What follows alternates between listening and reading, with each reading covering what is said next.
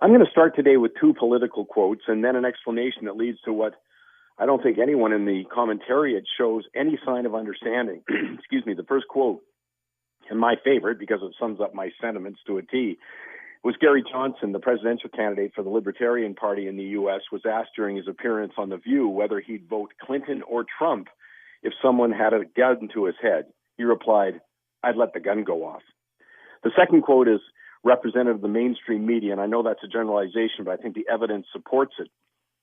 It was made by New York Magazine writer Jonathan Chait, who said this week, in quotes, "The average undecided voter is getting snippets of news from television personalities like Matt Lauer, who are failing to convey the fact that the election pits a normal politician with normal political failings against an ignorant, bigoted, pathologically dishonest authoritarian," end of quote.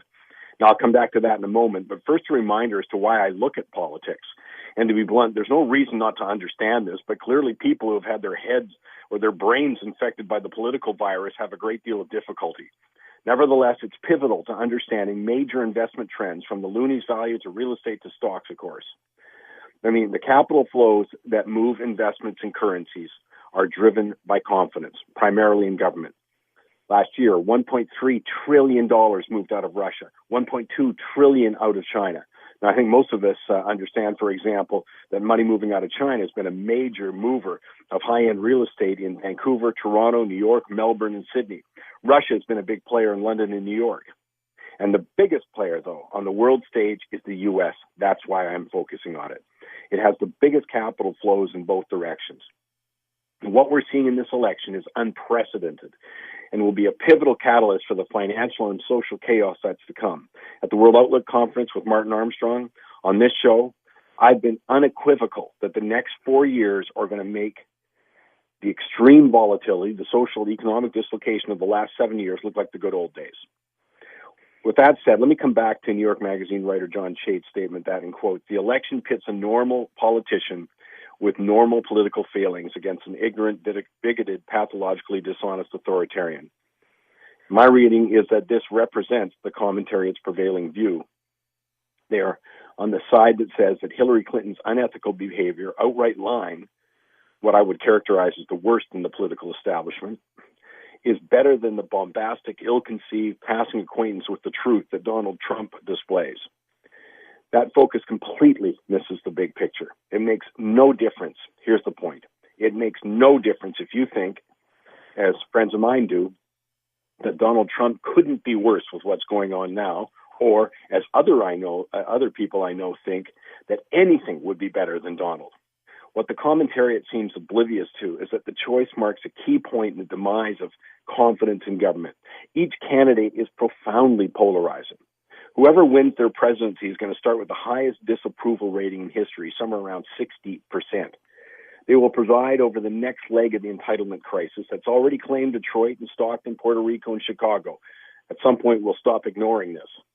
But I can't emphasize enough that the entitlement crisis is going to be pivotal. When I first read Mr. Chait's quote on Hillary Clinton, that she's a normal politician with normal political failings, I thought if she's the norm, then the system deserves to unravel. But it's more than that. The commentariat seemed completely out of touch with the suffering and hardship that so many are experiencing. I've mentioned this a lot of other times in conjunction with our own debate over oil and pipelines. Not once have I ever heard the leaders of the anti-pipeline, anti-oil movement mention the massive job losses and dislocation for certain communities. It's not even acknowledged. And this kind of elitism that fuels the discontent. I mean, that is what it is. It's the bottom line elitism that fuels the discontent. As well-known New York Times columnist David Brooks said, Trump voters are a coalition of the dispossessed. They've suffered job losses, lost wages, lost dreams. The American system is not working for them, so naturally they're looking for something else.